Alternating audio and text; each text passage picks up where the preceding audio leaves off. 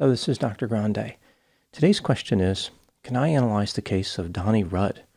Just a reminder, I'm not diagnosing anybody in this video, only speculating about what could be happening in a situation like this. If you enjoy this video, please like it, subscribe to my channel, and consider supporting me on Patreon. I'll put the link to Patreon in the description for this video. First, I'll look at the background of this case, move to the timeline of the crime, then offer my analysis. Donnie Rudd was born in Winnie, Texas in 1942. This is a small town about an hour east of Houston. He studied chemical engineering at Texas A&M University. Donnie married a woman named Luann, and they moved to the Chicago area. They would go on to have 4 children. Donnie earned a law degree and worked as a patent attorney at Quaker Oats. He also became a member of a local school board. This is where he met a woman named Diane Hart. She was the president of the school board and married to a man named John. Diane really liked Donnie. He made her feel special. In 1971, she told her husband, John, that she wanted a divorce. Diane wanted to be with Donnie instead. Donnie told his wife, Luann, the same thing. He was no longer interested in remaining married. In a strange twist, John and Luann became romantically involved. So the two couples switched partners. Both divorces finalized in August 1972. John and Luann married each other, but Donnie and Diane did not. 31-year-old Donnie had met a 19-year-old woman named Noreen Cometa at Quaker Oats. She worked there as a librarian. Donnie told Diane that he was going to marry Noreen. Diane was devastated. She had blown up her marriage for nothing. Donnie and Noreen married on August 18, 1973. They lived in Hoffman Estates, which is a suburb of Chicago. Despite Donnie being married to someone else, Diane did not give up hope. She continued talking to Donnie, believing that his new marriage would run off the road, and somehow their paths would once again collide. Now moving to the timeline of the crime. On September 14, 1973, Donnie and Noreen were driving back to their home after visiting her mother when their 1972 Pinto station wagon ended up in a field in Barrington Hills. This is just a few miles from Hoffman Estates. At about 11:30 p.m., an officer with the Barrington Hills Police Department responded to a report of a single vehicle collision on Route 63, which is now Route 68. This was a seldom traveled 2-lane road with no streetlights. The officer found Donnie's Pinto resting against bushes, a barbed wire fence, and small trees in a grassy area off the shoulder. The vehicle was 65 feet off the road and had no damage to it other than minor scratches. Donnie was in the passenger seat of the vehicle. His wife Noreen was lying across the front seats with her head on his lap. There was blood on the passenger door and on the side of the passenger seat, but no blood on the ground outside the vehicle. The officer who was first on the scene and other officers who arrived afterward removed Noreen from the vehicle and started performing CPR. They noticed that her head was bleeding profusely and she had no dirt or grass on her clothing. Donnie was not injured at all. Here is the story that Donnie provided to the police. He said that as he and Noreen were making their way home, another vehicle crossed into his lane. He honked his horn and turned on his high beams, but the vehicle did not divert from a collision course. Donnie drove off the road to avoid the other vehicle. As his car was going down an embankment, the passenger door opened and Noreen was ejected. She hit her head on a rock, which had blood and hair on it as a consequence. The police were never able to find this mysterious rock with blood and hair on it. He eventually exited the Pinto and moved Noreen back into his vehicle, which explains why she was there when the police arrived. Noreen was transported to a hospital about 10 miles away, where she was pronounced dead. An emergency room physician said that Noreen's neck was broken, but he did not have x-rays taken. Noreen's death was ruled an accident. A few days later, Noreen was buried in her wedding dress at a cemetery in Dundee Township. On the night of Noreen's funeral, Donnie stayed with Diane Hart. They had now reunited. They were once again a couple. It sounds like Donnie was ready to move on from the tragedy. Donnie eventually collected $120,000 in life insurance. In May 1974, Donnie married Diane. This was Donnie's third marriage. He continued working as a lawyer and became interested in condominium law. He hosted his own cable TV show on the topic. Donnie called himself Mr. Condo and even had a vanity plate on his vehicle bearing the same name. Donnie represented several homeowner associations. Many of his clients started to complain about him. Donnie had a habit of satisfying their complaints by making up a story about winning a big settlement on their behalf. His clients would get even more upset when Donnie never turned over any money. There was no money because there was no big settlement. In 1988, Donnie filed for bankruptcy, but he continued practicing as a lawyer. One of Donnie's clients was a 59-year-old woman named Loretta Batke. She threatened to file a complaint about Donnie, but she never had the chance. On April 4, 1991, Loretta was shot 4 times in the head in her townhouse in Arlington Heights. She did not survive. Her husband found her on the kitchen floor and notified the police. Here's what they found during their investigation. Donnie had dropped off a $9,300 check to Loretta the night before, but that check was missing. The police found pieces of what looked like a torn-up check in the townhouse. At 3:20 p.m., neighbors heard loud noises that could have been gunshots. At 3:30 p.m., a neighbor had spotted a vehicle driving away from the area. The license plate read, Mr. Condo. The police questioned Donnie about the murder. He told the police that Loretta was his client and they had met earlier that day, but he didn't kill her. A grand jury failed to indict Donnie for Loretta's murder. He was the only suspect, and the case was never solved. It looks like Mr. Condo got away with executing a permanent eviction. By 1994, Donnie had accumulated an impressive number of complaints about his law practice. He agreed to accept disbarment and moved to Texas. In May 1995, his wife Diane was diagnosed with cancer. As Diane was dying, Donnie found a new lover. Diane moved back to Illinois in 1996. She longed for Donnie to return to her until she died in June of that year. Not long after this, Donnie married for a 4th time. His wife was a mental health clinician in training named Mary Brett. The marriage was annulled after Mary discovered that Donnie lied frequently, including about how much money he had. Sometime around 2000, Donnie married for the 5th time. His wife was named Emma Leasing. They had met on Match.com. In 2002, a year after filing bankruptcy for a 2nd time, Donnie joined a company that conducted biotech research. The company was sold in 2009, and Donnie retired. He divorced the next year. Donnie never married again. In September 2012, the police in Arlington Heights, Illinois, reopened the investigation into the murder of Loretta Batke. This is the woman who was shot 4 times in the head in her kitchen before she could file a complaint against Donnie Rudd.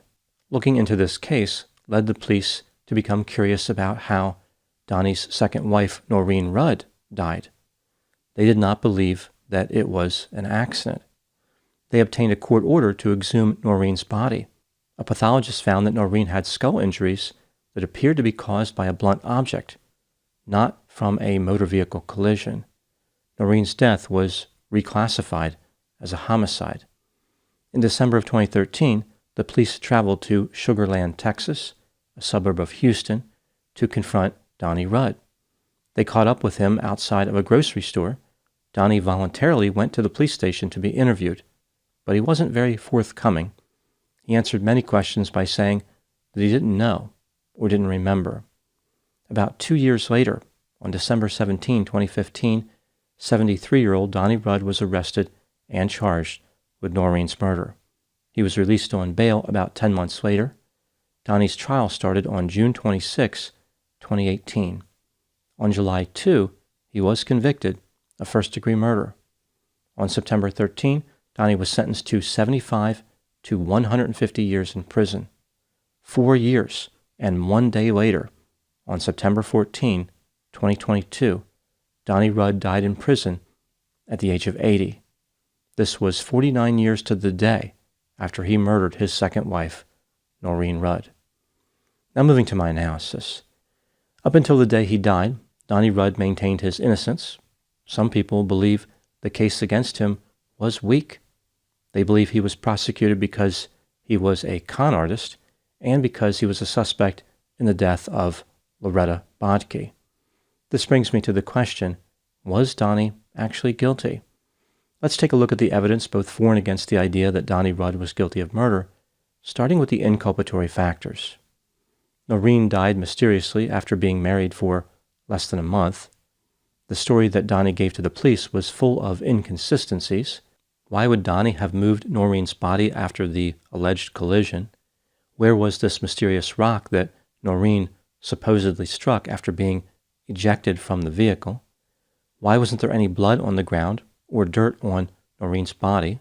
How did she fly out of a vehicle that had gently rolled down an embankment? Why wasn't Donnie injured? An autopsy would later show that Noreen's neck was not broken.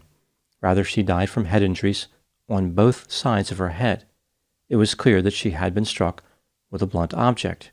Donnie was the only person with her when she was killed. Donnie collected $120,000 in life insurance after Noreen's death. This was in 1973. The 2023 equivalent is $822,000. In his job as a patent attorney, Donnie earned $18,700 a year, which means he obtained 6.4 years' worth of salary by collecting the life insurance policies. It seems quite odd that Noreen had such a large amount of life insurance. The company she worked for, Quaker Oats, provided a basic life insurance policy that was equal to 1 year's salary. But Noreen also purchased additional policies. She paid $3.90 a month for these policies, which comes out to $46.80 a year. Her salary was only $4,800 a year. This means she was paying almost 1% of her salary for insurance that she did not need. Noreen had no dependents and a husband who made almost 4 times as much money. She acquired these additional policies after getting married.